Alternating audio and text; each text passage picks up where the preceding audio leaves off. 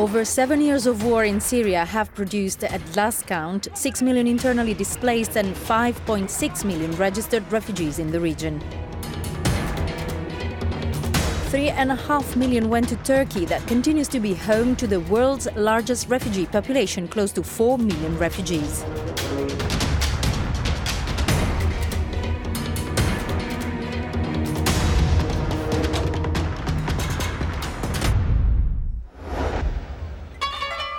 The 3-meter-high Syria-Turkey wall dominates the Turkish town of Rehanli. It's a concrete, hard reminder of the war that Syrians are fighting just meters away.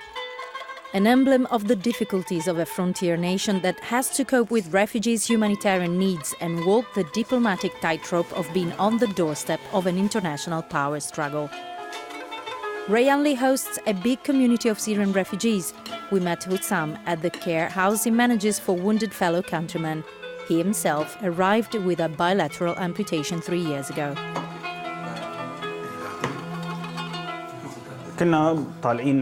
We were rallying against the regime. It was Friday. I was with my friends. We were hit by shelling, perhaps by a tank or by precision-guided munitions. My legs were gone straight away.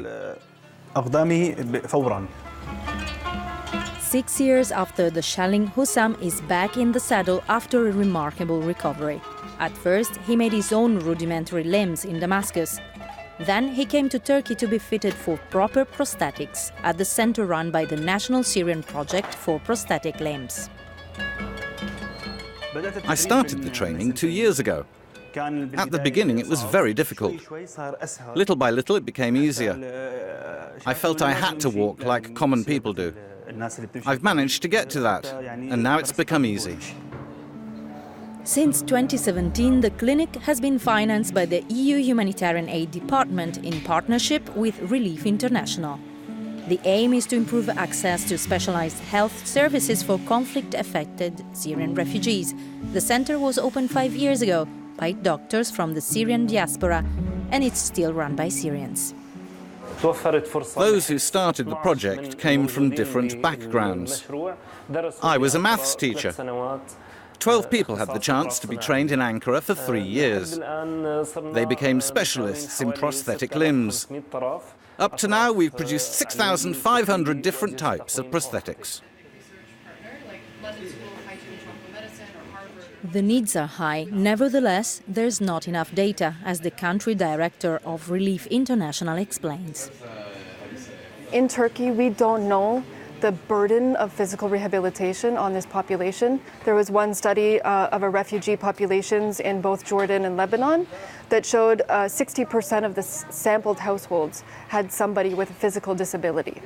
So if we extrapolate that finding to 3.5 million people in Turkey, we can imagine the needs are pretty great. Often these are invisible and hidden issues. Nearly half of the Syrian refugees who settled in Turkey live today in the southeastern provinces bordering Syria.